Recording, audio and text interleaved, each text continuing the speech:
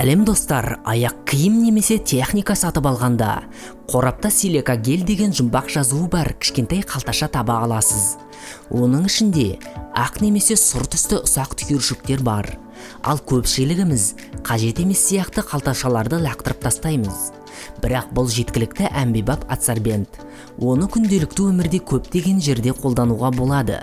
Силика гель бұл ылғал сіңіретін зат. Оны қорапқа тауарды бүлінуден сақтау үшін салынған. Көбіне адамдар бұл қалташаларды аяқ киімдерді кептіру үшін пайдаланады. Біз бүгін оларды тағы да қай жерде қолдануға болатыны туралы айтамыз. Силика гельді мысықтардың әжетханасында қолдануға болады. Қазіргі таңда толтырғыштардың әртүрлі түрлері бар, ал кейбіреулері қымбат. Олардың ішінде дәл осы адсорбент кездеседі. Ол жақсы әсер етеді, ылғалды жақсы сіңіріп қана қоймайды, сонымен қатар иісті жояды.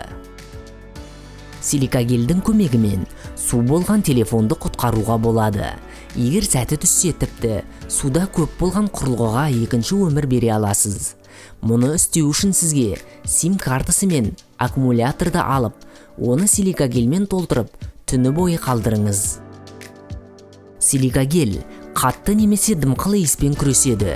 Мәселенің шығу көзіне байланысты заттарға немесе шкафқа, спорттық сөмкеге салу жеткілікті.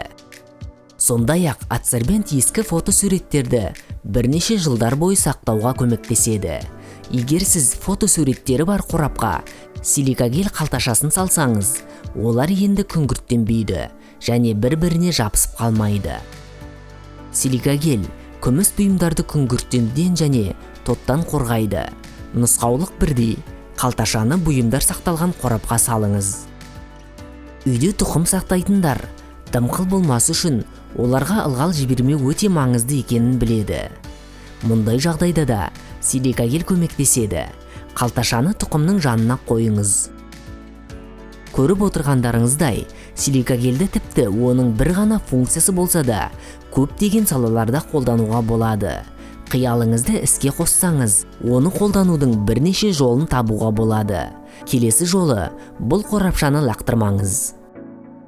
Ал видео қызықты әрі пайдалы болса, лайк басып кетуді ұмытпаңдар. Ал жаңа видеоларымызды жіберіп алмас үшін арнаға жазылып, қоңыраушаны басып қойыңдар.